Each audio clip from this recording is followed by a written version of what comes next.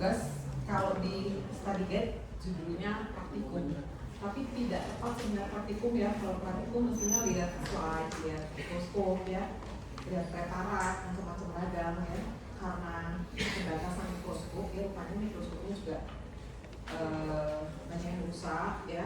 Kemudian sebenarnya juga nggak esensial banget ya harus melihat preparat itu. Jadi kami putuskan dari PA kita slideshow aja ya. Jadi dari teori yang sudah dikuliahkan di waktu lalu ya, hari ini adik-adik akan melihat di jaringan itu seperti apa sih teori yang diomongin, yang saya omongin beberapa minggu yang lalu ya. Jadi mengenai teori radang dan repair. Sebentar, ini kelas A, kelas B. Kelas B. Apa sih sebenarnya bedanya kelas A dan B? Maaf, aja ya. Baik, semua pasti sudah baca teori ya, sudah baca kuliahnya, PPT dan juga e-booknya pasti udah baca kan? Ya, harusnya udah baca ya. Jadi pagi ini 50 menit ke depan kita akan melihat preparat dalam topik radang dan repair ya, langsung pada jaringan. Dan apa yang harus ditekankan ya, yang harus adik-adik tekankan untuk dilihat gitu ya. Nah tujuannya sebenarnya ini adalah untuk lebih memperdalam atau lebih agar adik-adik bisa lebih memahami konsep mengenai radang dan repair itu sendiri ya. Bagaimana manifestasinya secara makroskopis. Bisa saya mulai? Bisa dilanjutkan? Ya, kalau yang masih mau ngobrol boleh silakan di luar. Ya, kalau yang pengen dengar boleh di luar juga. Ya, Pak Papa saya nggak keberatan. Kalau di dalam silahkan tenang, kemudian didengarkan dengan baik. Kalau yang nggak mau boleh di luar. Ya, oke. Jadi kalau kemarin kita bicara tentang teori ya radang dan repair itu bagaimana. Hari ini kita akan melihat bagaimana sih secara makroskopis dan mikroskopis respon inflamasi di dalam tubuh ya.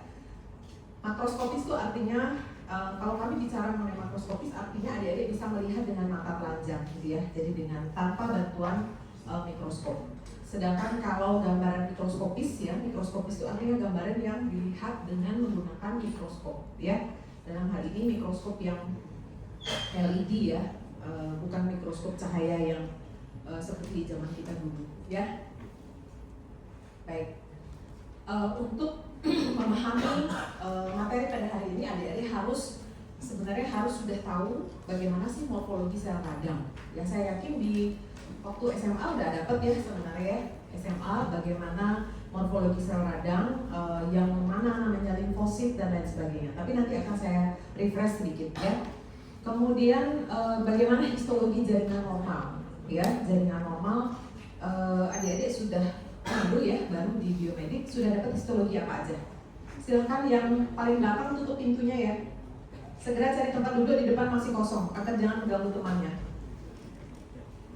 Histologi jaringan normal harusnya sudah tahu ya, tapi mungkin untuk semester adik-adik belum semua. Nanti boleh lihat atlas histologi. Kemudian pastinya sudah harus memahami konsep radang akut, radang kronik dan repair yang dikuliahkan kemarin ya. Nah, ini sedikit refresh mengenai jenis-jenis sel radang. Nanti di bawah mikroskop adik-adik bisa melihat kalau yang ini adalah gambaran aslinya ya. Gambaran asli dari sel-sel radang yang dilihat di bawah mikroskop ya. Jadi kalau diperbesar ini yang namanya monosit. Monosit itu bentuk intinya seperti ini, intinya satu ya. Kemudian bisa berlentuk-lentuk seperti ini. Dia berada di antara eritrosit kalau di sini ya. Kemudian ini limfosit ya, limfosit dengan intinya satu juga. Kemudian sitoplasmanya sedikit ya, banyakkan intinya kelihatan. Kemudian basofil, eosinofil, neutrofil. Kalau eosinofil ini khas sitoplasmanya merah sebenarnya ya, merah menyala, ini kayak api gitu ya harusnya. Kemudian intinya bilobate ya, 2 lobus intinya. Jadi kalau dipotong dia kayak kacamata gitu ya intinya. Ini eosinofil. Kemudian neutrofil yang nanti akan berperan banyak dalam respon inflamasi akut. Ini dia biasanya lobus intinya itu lebih dari 1, ya 1, 2, 3 itu biasa, ya neutrofil. Sedangkan makrofag ini sel yang vital banget peranannya dalam respon inflamasi, dia bentuknya bisa macam-macam, ya tidak selalu bulat begini, tapi kadang-kadang dia agak berlekuk, bentuknya juga bisa bermacam-macam dengan sitoplasma yang umumnya dia berbuih atau ya atau vesikuler seperti ini. Nah itu morfologi dari sel radang. Nah ini neutrofil ya. Neutrofil ini banyak berperan dalam respon inflamasi akut, bulat, ya. Ini intinya bisa lobusnya lebih dari 1, lebih dari 2, ya, bisa 2, bisa 3, bisa 4 seperti ini ya. Yang biru tua ini intinya, yang biru muda ini adalah yang ungu muda ini adalah sitoplasmanya, ya, dengan pengecatan hematoksilin eosin. Seperti ini rupanya, ya, ini 2 buah sel radang. Eosinofil seperti ini, ya, ini sketsnya. Sedangkan di bawah mikroskop letaknya bentuknya seperti ini, bulat juga selnya, tetapi intinya itu lobusnya 2, ya. Intinya lobusnya 2 dengan sitoplasma bergranula eosinofilik. Granula itu artinya dia ada kayak pasir gitu di dalamnya, ya. Kemudian warnanya sitoplasmanya itu merah. Eosinofilik itu artinya dia menyerap eosin sehingga nanti memberikan visual berwarna seperti merah agak orange ya, seperti api gitu ya. Sedangkan sekitarnya ini adalah eritrosit. Nah, yang ini limfosit, gerombolan limfosit yang banyak ya. Jadi bulat kecil bentuknya, sitoplasmanya tipis ya. Jadi hampir nggak kelihatan sitoplasmanya. Yang kelihatan inti-inti gitu aja ya. Dan hiperkromatik intinya. Hiperkromatik itu artinya dia menyerap pengecatan, bahan pengecatan yang lebih kuat sehingga dia nampaknya seperti ungu tua atau biru tua ya. Itu limfosit. Sel-sel radang ini di bawah mikroskop kita bisa identifikasi, bisa kita kenali, kemudian bisa menuntut kita untuk mengarahkan ini inflamasi ke arah mana gitu ya. Nah, sedangkan sel plasma bentuknya khas ya, agak oval juga, bulat ovoid namanya ya, agak lonjong sedikit kadang ya, dengan inti, kalau tadi limfosit itu kan di tengah-tengah ya dengan sitoplasma yang sempit sekali. Tapi kalau sel plasma ini khas dia, intinya minggir-minggir dia, ke tepi ya. Intinya terletak minggir-minggir, agak ke tepi dengan perinuklear halo di sini ya. Ada perinuklear halonya. Ada yang bagian yang agak terang-terang di sekitar intinya, ya. Perinuklear halo, kemudian atau Golgi zone halo namanya, karena di sini banyak badan Golginya ya. Kemudian kalau diperhatikan intinya itu di bawah mikroskop, kalau di sini nggak kelihatan, kita bisa melihat intinya itu kromatinnya itu tersusun seperti roda pedati, chart wheel appearance ya. Jadi kayak roda pedati gitu ya dia gambaran intinya. Itu khas untuk sel plasma ya, yang nanti akan berperan dalam respon radang kronik. Nah, sedangkan makrofag ini bentuknya yang macam-macam tadi ya. Tidak selalu dia bulat begini, kadang dia agak mencong-mencong sedikit ya, tetapi umumnya ditandai oleh sitoplasma yang berbuih. Jadi ini barang aslinya di bawah mikroskop seperti ini, ya. Oke. Itu sel radang. Kita masuk ke radang akut, ya. Radang akut. Nah, pada organ apendik vermiformis atau dulu kalau bahasa waktu SMA di bahasa awalnya umbai cacing gitu ya, atau usus buntu gitu ya. Nah, kalau radang pada apendik ya, vermiformis kita sebut sebagai apendisitis. Bisa akut, bisa kronik ya. Kebetulan ini adalah yang akut ya. Untuk yang pertama, apa saja tanda-tanda radang akut? Absen sampai mana? Absen? Gak ada absen? Absen udah tadi. Korti mana? Tidak ada sekretaris korti? Absennya udah tadi di lab pas sudah praktikum. Paling balikan, saya kan masih ngajar. Satu orang paling belakang ambil. Dimana absennya ambil terus bawa sini. Ini bisa pleno. diambil. Ini pleno. Ada. Yang ini absen pleno. Nggak apa-apa, absen pleno boleh. Nanti ada daftar namanya. Satu aja. Satu namanya. Ini. Mana kelasmu? Nah, satu lagi. Ini B1, ini B2-nya. Satu kelas kan? Iya. Apa tanda-tanda radang akut? Kan sudah dapat kuliahnya ya. Ada Richard Putra Dewata. Apa sih radang akut itu apa sih kalau dari tanda makrosnya? Ya, kalau setahu saya kalau radang akut itu kan berarti dia lebih banyak migrasinya neutrophil dulu. Kalau misalkan kronis dia kan yang granulosit, monosit dan limfosit. akut aja. Ya, jadi mungkin bisa dilihat dari akut itu dia itu radangnya itu tidak terlalu menyebar ke banyak jaringan. Terus juga mungkin tidak ada nekrosis karena baru akut sehingga jaringannya belum terlalu banyak yang bisa mati atau nekrosis. Ya, kalau dari makroskopis benar tetapi tidak 100% benar ya, terutama kalau pada kalimat belum mengenai banyak organ. Belum tentu ya radang akut itu bisa mengenai banyak organ ya, jadi belum tentu dia walaupun dia onsetnya akut, kalau kita ngomong onset ya belum tentu dia hanya mengenai satu organ atau sedikit bagian dari organ, belum tentu ya, bisa melibatkan banyak organ, bisa melibatkan bagian yang luas dari suatu organ, tetapi intinya kalau ada respon radang akut ya, kan kalian sudah dikuliahkan bahwa ada peristiwa pembuluh darah, ada sel kan gitu ya, dua itu aja. Kalau pembuluh darah terjadi apa? Vasodilatasi, pelebaran pembuluh darah. Akibatnya apa kalau pelebaran pembuluh darah? Ini ya, jadi jaringan itu akan menunjukkan pelebaran pembuluh darah, akan terjadi vasodilatasi sehingga jaringan kemerahan. Ingat cardinal signs of inflammation, ya, yang menyebabkan dia rubor, ya, kemerahan itu adalah karena vasodilatasi, pembuluh darahnya melebar semua. Nanti kenapa dia melebar? Baca lagi teorinya. Ya, jadi ada hiperemi pada jaringan, jaringannya menjadi hiperemi. Kemudian kalau sudah terjadi vascular leakage di dalamnya, jaringannya akan menjadi sembab itu, ya. Kemudian itu secara makroskopis bisa kita amati karena dia sembab, dindingnya akan sembab seperti ini, lumennya menyempit seperti ini, ya. Kalau ini dipotong-potong, ya, ini potongannya.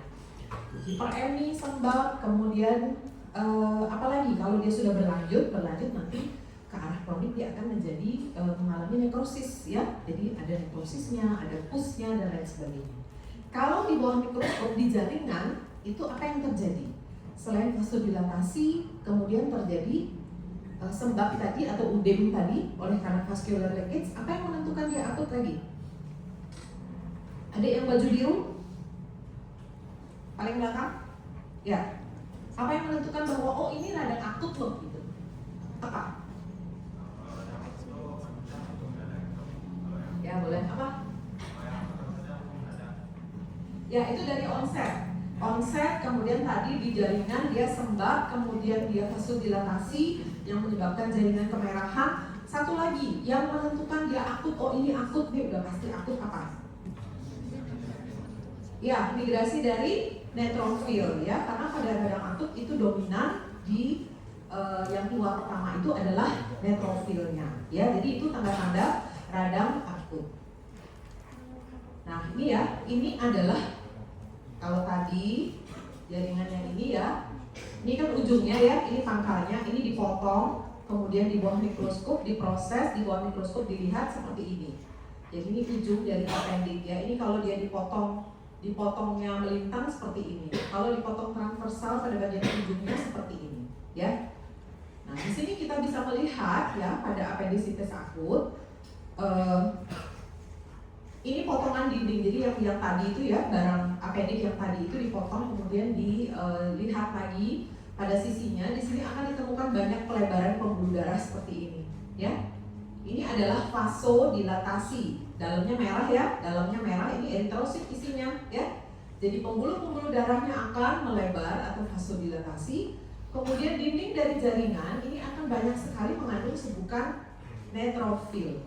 Ya, dalam kondisi awal dia neutrofil dulu, nanti kalau sudah berlangsung agak lama, nanti baru ikut-ikutan limfositnya. Jadi limfositnya bisa ikut keluar ke sana ya kalau dia sudah berlangsung sekian lama. Ya. Nah ini secara umum kalau di bawah mikroskop kita bisa melihat histopatologi radang akut itu ada infiltrat radang neutrofil ya, di sini ya, banyak di daerah ini. Kemudian ada dilatasi pembuluh darah yang ini ya, ada beberapa pembuluh darah yang lebar ya, yang di sini ya, nih. Kemudian jaringannya sembab ya, jadi jaringan secara keseluruhan ini akan sembab. Sembab kenapa? Kenapa sembab atau uding? Karena ada penumpukan atau ekstravasasi dari cairan plasma yang asalnya dari pembuluh darah ke jaringan. Ya, ingat kalau dia nggak radang kan, kalau dia dalam kondisi normal itu cairannya akan diam di dalam pembuluh darah. Tetapi kalau ada respon inflamasi, endotelnya akan retraksi, kemudian dia akan terbentuk celah interendotel, kemudian akibatnya akan terjadi vascular leakage, di mana plasma dan protein-protein di dalam pembuluh darah itu akan keluar ke jaringan. Akibatnya menumpuk di jaringan, jaringannya menjadi uding atau sembab, ya. Gitu. Nah, ini kalau kita lihat lebih dekat lagi, jadi ini jaringannya mengandung banyak sekali sebutan sel radang neutrofil tadi, ya. Ini banyak sekali ya. Ini sebagian juga sudah bercampur dengan limfosit. Kemudian ini pembuluh darahnya yang lebar-lebar ya. Nah, ini juga ini pembuluh darah yang lebar ya, banyak sekali pembuluh darah yang lebar ya pada jaringan, sehingga nanti kalau ini secara makroskopis kita lihatnya sebagai jaringan yang kemerahan atau hiperemia ya.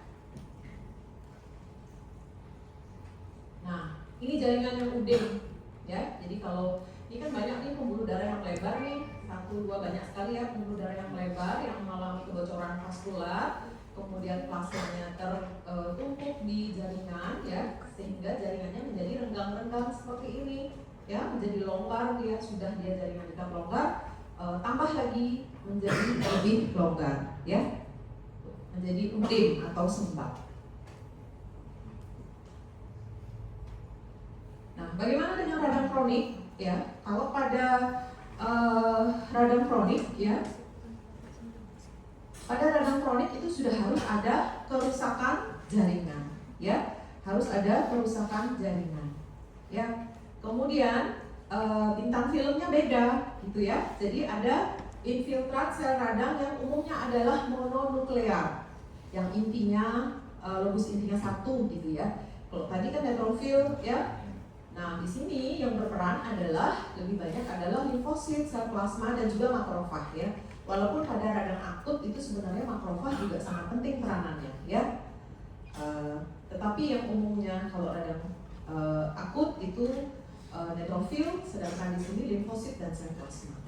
Sudah ada kerusakan jaringan dan sudah bisa diamati fibrosisnya serta ada angiogenesis ya. Angiogenesis itu apa deh? Angiogenesis itu apa? Ada yang baju garis-garis? Angiogenesis apa? Ya, pembentukan. Masa lupa ya, ujian jangan lupa dong. Pembentukan pembuluh darah baru. Apa bedanya dengan vaskulogenesis?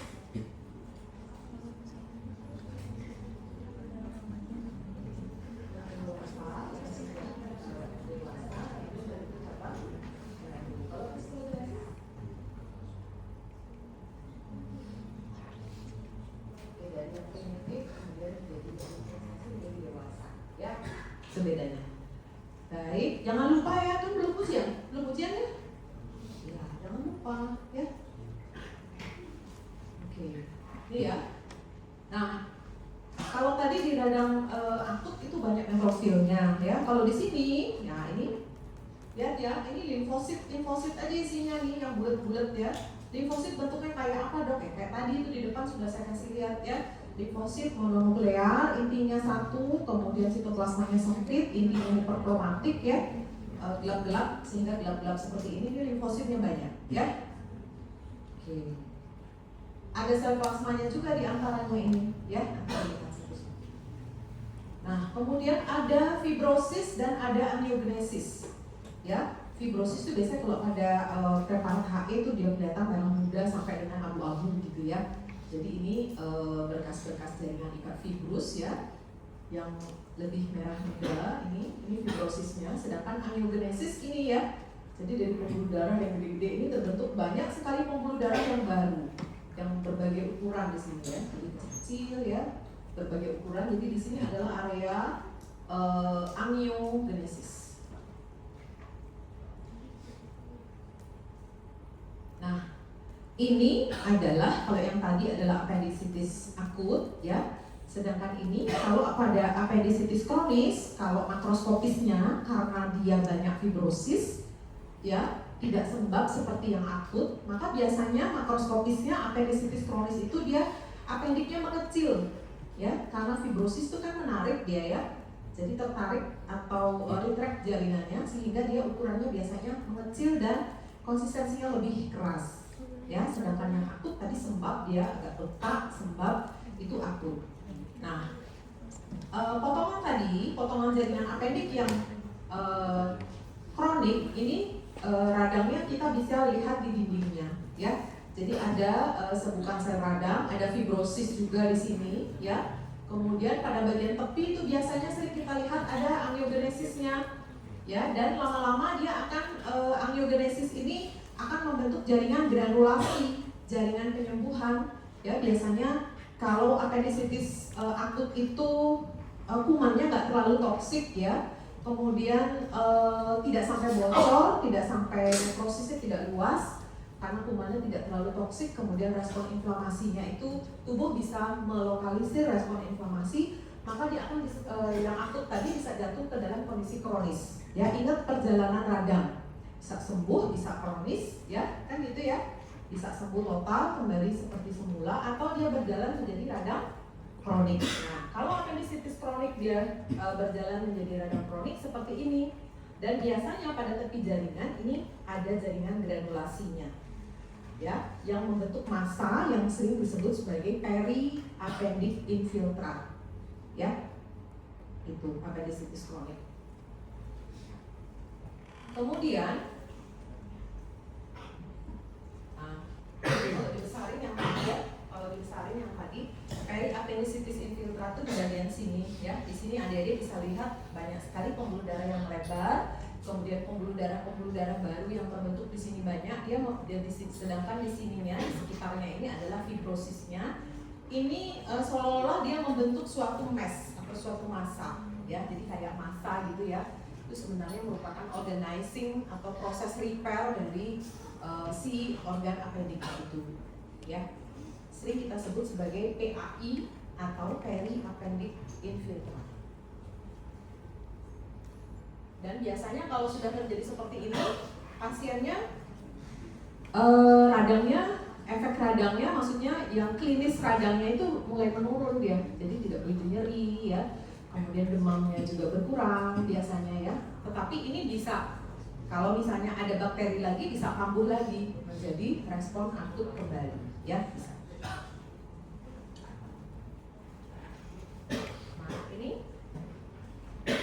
kalau radangnya, ya terutama adalah radang kronik pada peri-appendik ini, ya. Jadi limfosit sel plasmanya banyak di sini. Sementara di sekitarnya masih ada pembuluh darah yang terbentuk yang baru ya. Jadi ada angiogenesisnya. Nah, ini jaringan granulasinya. Banyak angiogenesisnya di sini, ya. Radangnya adalah radang kronik, ya. Dindingnya, ya, jaringannya di sekitarnya ini sembab, ya. Ini juga sembab jaringannya, ya.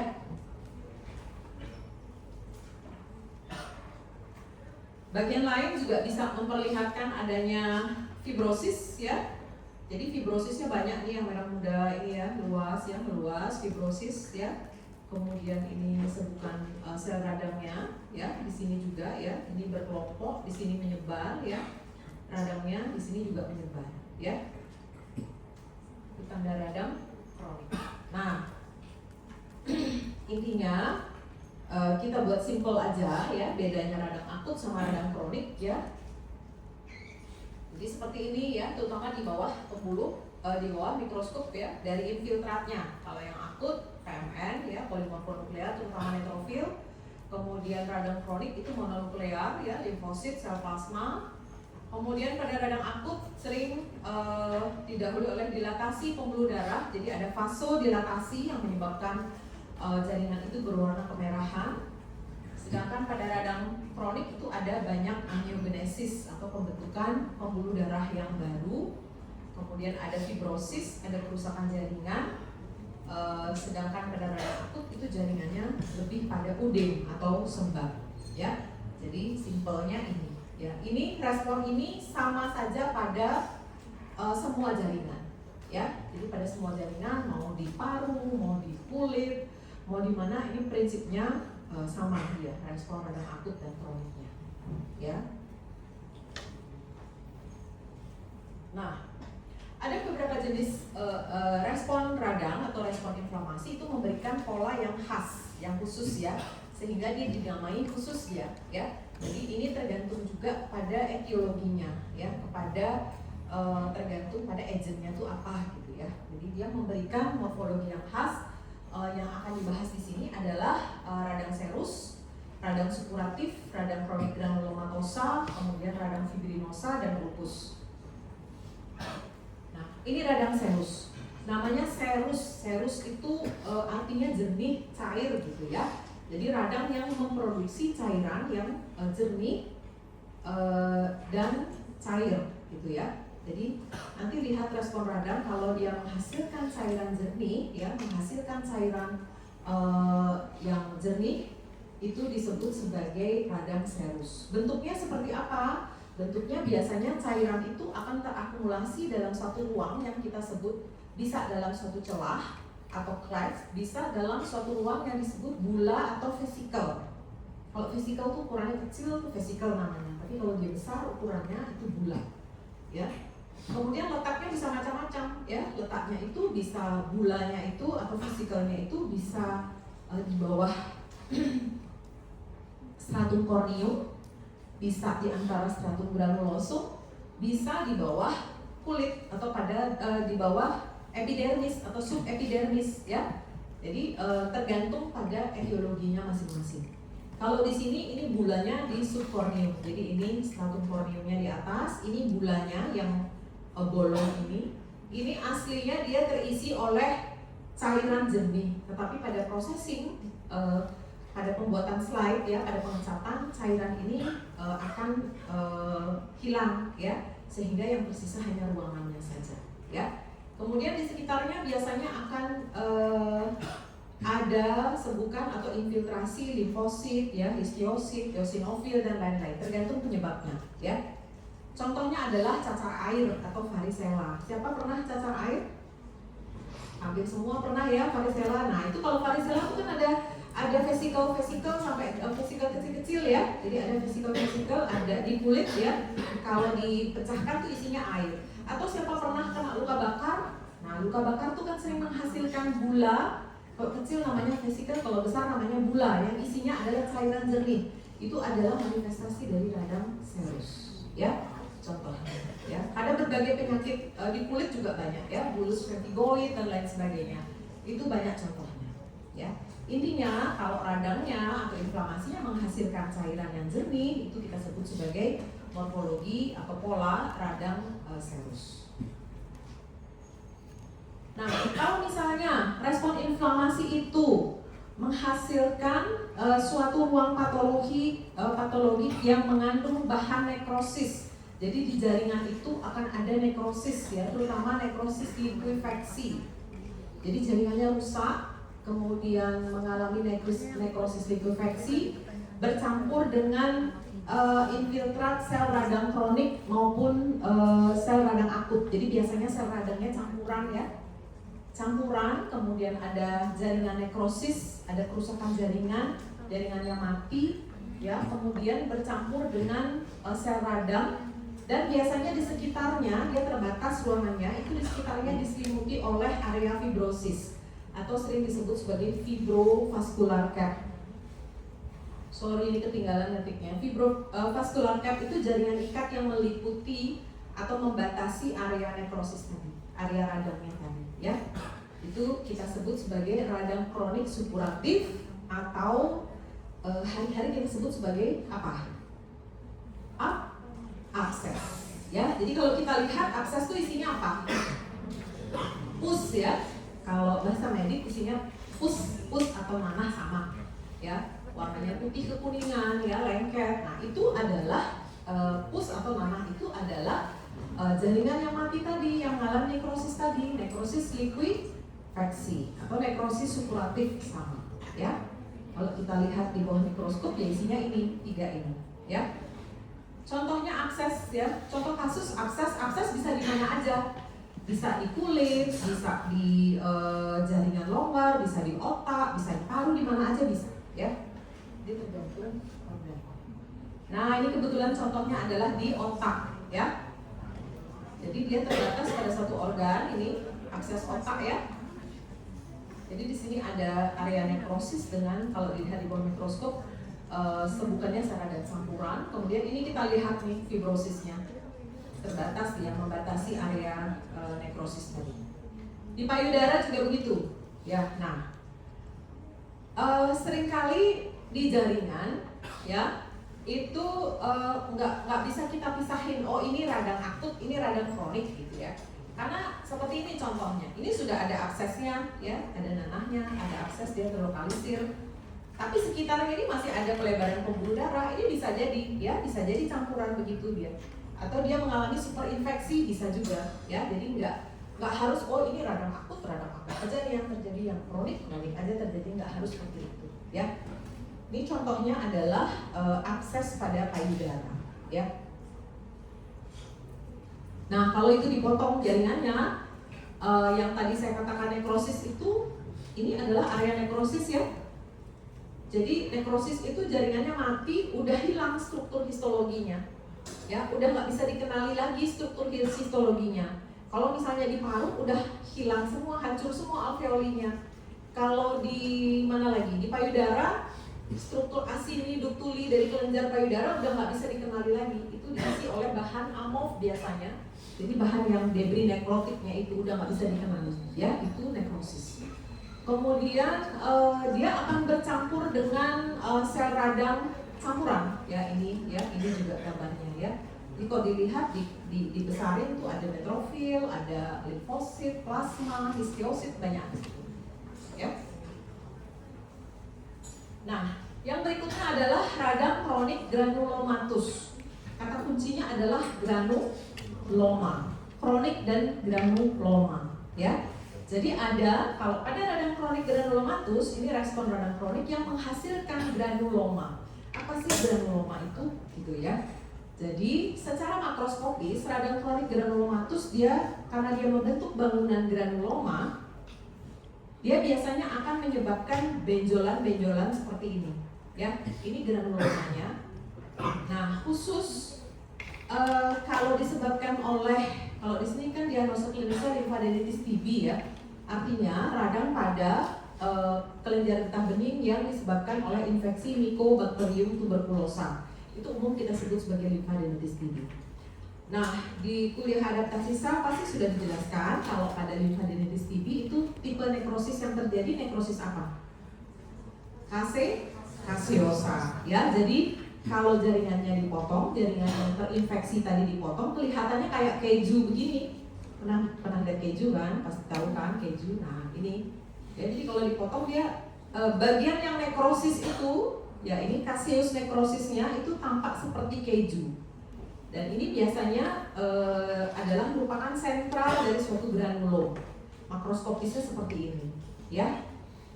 Ini karena dia sudah luas nekrosisnya, ya. Tapi bisa jadi kemana Dik? Saya ada bimbingan dokter, saya sudah buat surat izin. Oh ya. Lain kali kalau kuliah di dalam ruang kuliah itu izin dokter saya ada ini. Jadi tidak boleh nyelonong gitu ya. Saya bukan orang yang paling beretika, tapi saya sangat concern dengan etika, ya. Jadi adik-adik sudah dewasa, kalau ada orang bicara di depan, ya, di dalam kelas, permisi dok, boleh izin nggak apa-apa, ya silakan pulang. Ya, yang lain juga gitu ya. Saya nggak suka lihat mahasiswa tuh nyelonong gitu ya, jadi keluar seenaknya gitu, nggak suka. Ya, itu mahasiswa kedokteran yang nanti akan jadi dokter, etika itu penting, ya.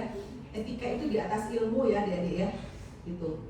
Jadi buat kalian mungkin sekarang nggak penting, tapi nanti itu akan penting banget. Kalau orang beretika, etika itu di atas ilmu kalau menurut saya ya, dan itu umum ya, ada etikanya. Kapan orang harus permisi, kapan orang harus minta izin dan lain sebagainya, ya. Baik, kita lanjut. Jadi kalau radang kronik granulomatus pada kelenjar getah bening seperti ini, ya. Jadi kelenjar getah beningnya ini digantikan oleh bangunan granuloma yang bentuknya kayak keju seperti ini, ya. Nodul yang solid, batasnya tegas, putih kekuningan biasanya, ya, dan konsistensinya kasius seperti keju, ya. Nah, kalau di bawah mikroskop, nah kelihatannya akan seperti ini, ya. Granuloma itu adalah histopatologinya adalah radang kronik granulomatosa. Jadi ada kata kronik, ada granulomnya. Granulom ini terbentuk oleh epiteloid, ya, atau epiteloid ini epiteloid histiosit istilahnya kalau di buku. Artinya makrofag yang menyusun diri membentuk seperti epitel. Jadi dia menyusun diri sedemikian rupa sel-sel makrofag yang terlibat dalam respon radang kroniknya ini, ya. Di sini ya mungkin kurang jelas ya kalau di layar. Ini juga dia menyusun diri seperti makrofag. Kemudian bagian sentralnya biasanya ada kalau oleh karena infeksi Mycobacterium tuberculosa itu ada, ini lebih jelas ya. Ini adalah bangunan granuloma. Ini granuloma. Ini juga granuloma. Granuloma ini tersusun oleh epiteloid makrofag. Jadi makrofagnya ngumpul di sini atau histiositnya ngumpul di sini. Bagian tengahnya ada nekrosisnya sedikit. Nah, kayak gini ya, ini lebih jelas lagi. Ini ada nekrosisnya, ada sentral nekrosisnya, yang ini yang kelihatan oleh mata seperti keju tadi.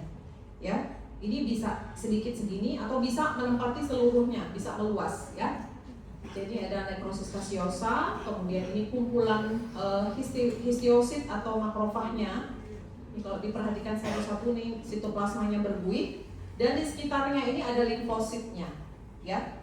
Nih ya limfositnya di sekitar granuloma. Ini morfologi radang kronik granulomatosa di bawah mikroskop.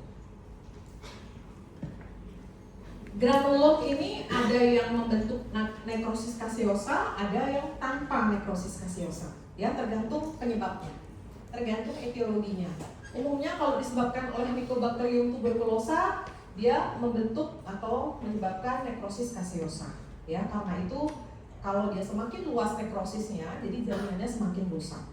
Tapi misalnya disebabkan oleh toksoplasma gitu, infeksi toksoplasma gitu misalnya, granulomnya tidak membentuk nekrosis caseosa, ya. Jadi tidak semuanya membentuk nekrosis caseosa. Nah, sebagian ya seperti ini ya. Jadi ini granulom yang terdiri dari proliferasi makrofag, ya, makrofag menyusun diri membentuk seperti epitel. Sebagian dari makrofag itu dia berkelompok membentuk giant cell. Ini namanya giant cell. Jadi giant cell itu sel raksasa dengan inti lebih dari satu. Umumnya kalau yang lain kan satu sel satu inti ya. Tapi pada multinucleated giant cell ini intinya lebih dari satu, banyak intinya ya. Nih ya. Dan kalau untuk infeksi Mycobacterium tuberculosa dia biasanya tipe giant cell-nya itu adalah Langhans type atau berbentuk seperti tapal kuda.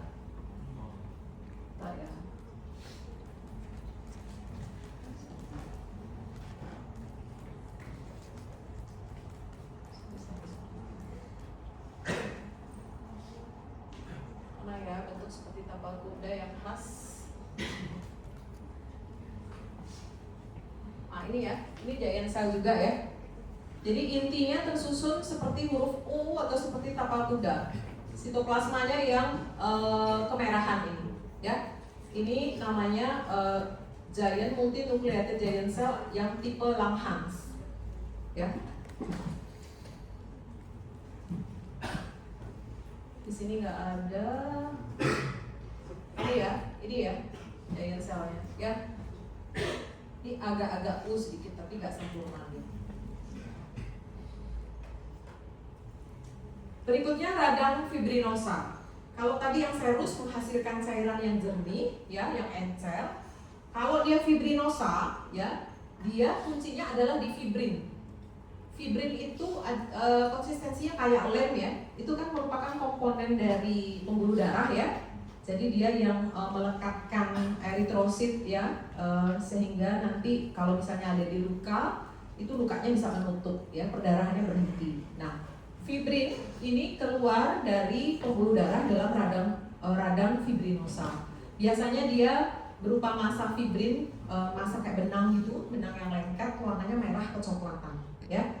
Kemudian dia meliputi organ-organ. Ini biasanya terjadi pada organ-organ yang mempunyai selaput, seperti misalnya pada jantung ya, pada perikardium ya.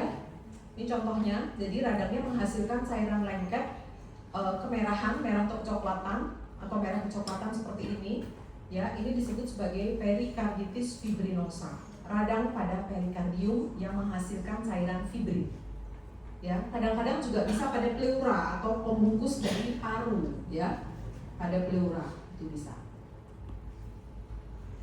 Nah, kalau dilihat di bawah mikroskop, dia radang fibrinosa, namanya fibrin, dia bahan amorf ya.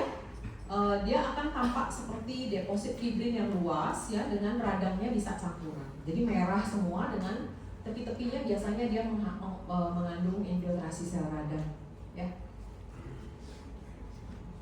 Nah, satu lagi yang terakhir adalah ulkus ya. Kalau ulkus di teori kemarin sudah saya jelaskan. Ini adalah morfologi radang kronik ya, yang dimana kata kuncinya itu adalah ada diskontinuitas mukosa. Jadi ada mukosa yang hilang, ada jaringan yang hilang, mukosa yang nggak nyambung ya, yang diskontinu ya. Biasanya dasarnya berupa fibrin, dan di dasarnya, di tepi dari ulkus itu akan banyak sel radang, sedangkan di dasarnya itu banyak ada fibrosis. Nah, ini contohnya ya. Ini ulkusnya ya. Ini ulkusnya pada duodenum ya. Ini ulkusnya yang bolong ini. Kemudian kalau ini kita proses, kemudian dilihat di bawah mikroskop, bentuknya seperti ini.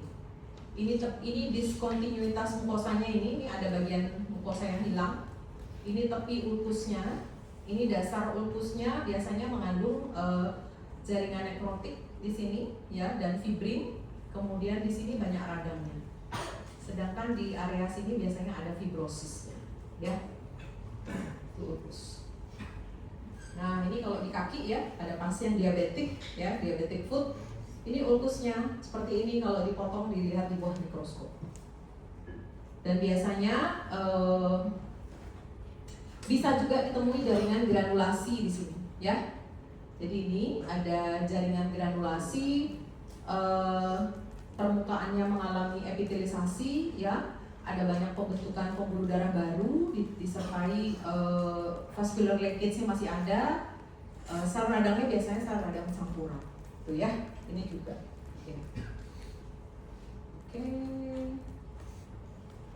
Nah, ini gambaran jaringan granulasi pada apendik tadi ya, angiogenesisnya, banyak pembuluh darah baru yang terbentuk. Ini pembuluh darah besarnya, vasodilatasi, ini juga. Nah, sekitarnya ini banyak cabang-cabang yang terbentuk yang baru ya. Di sekitarnya ini banyak sel radang campuran. Nah, ini contohnya pada hati, pada hepar. Kalau radang kronik pada hati, misal oleh karena hepatitis B gitu ya, infeksi hepatitis B gitu yang berlanjut ya. Sel hati itu kan memiliki kemampuan yang terbatas ya untuk regenerasi ya. Dia memiliki kemampuan regenerasi tetapi terbatas, tidak sebaik pada mukosa, pada kulit, tidak sebaik itu. Sehingga apa? Kalau dia nggak bisa regenerasi, nanti kompensasinya adalah fibrosis ya. Jadi kalau dia patogennya atau agen yang menimbulkan infeksi itu kuat sekali, misal hepatitis B, itu dia menyebabkan kerusakan pada jaringan hati. Hatinya akan menjadi seperti ini, berbenjol-benjol karena banyak fibrosisnya ya. Jadi bagian yang normal itu ditarik oleh fibrosis pada sel-sel banyak. Kalau ini dipotong, dilihat di sini, yang merah-merah ini adalah sel-sel hati yang mengalami regenerasi. Sedangkan di sekitarnya ini, jaringan yang kebiruan ini adalah jaringan ikat fibrosisnya, jaringan ikat fibrusnya yang memperbanyak diri fibroblasnya di sini menghasilkan deposisi jaringan ikat ya, menghasilkan fibrosis. Sehingga apa? Ini jaringan yang parenkim hati yang sebenarnya, yang hepatositnya ini, lobulus hatinya ini ketarik semua, sehingga makroskopisnya kita lihat seperti ini ya. Ini contoh end stage dari suatu infeksi hepatitis ya, hepatitis B, hepatitis C bisa begini end stage-nya, itu disebut sebagai sirosis hati atau sirosis hepat ya. Kalau udah kayak gini sirkulasi pada hepat juga akan terganggu ya, nanti di semester 4 dipelajari pada hepatobiliar gitu ya. Itu aja waktunya, masih 10 menit. Ada pertanyaan? Masih 5 menit. Ada pertanyaan? Tadi sudah sempat SGD ya? Belum. Oh belum. Habis ini SGD. Bukan aneh ya, SGD namanya praktikum tapi ada SGD. Apa-apa dijalannya aja ya, diambil positifnya aja biar bisa lebih banyak belajar. Ada pertanyaan 1-2? Cukup jelas atau kurang jelas atau tidak jelas? Mudah-mudahan cukup jelas ya. Jangan lupa, belum ujian nggak boleh lupa. Nanti kalau habis ujian boleh lupa-lupa dikit boleh. Ya, ini konsep ya. Jadi konsep ini penting banget untuk nanti adik-adik kalau sudah menghadapi penyakit baru ketemu ini, baru ingat lagi. Aduh dulu di apa yang diomongin dokter Eka dulu apa ya? Nanti kalau sudah ketemu penyakit, ya. Ini konsep yang mendasari semua penyakit yang nanti akan menjadi pekerjaan kalian. Baik, tidak ada pertanyaan? Kalau tidak ada, saya cukupkan sampai di sini. Boleh? Waktunya masih 5 menit. Boleh dicukupkan? Silakan. Yang belum absen ya. Nanti kita ketemu di pleno.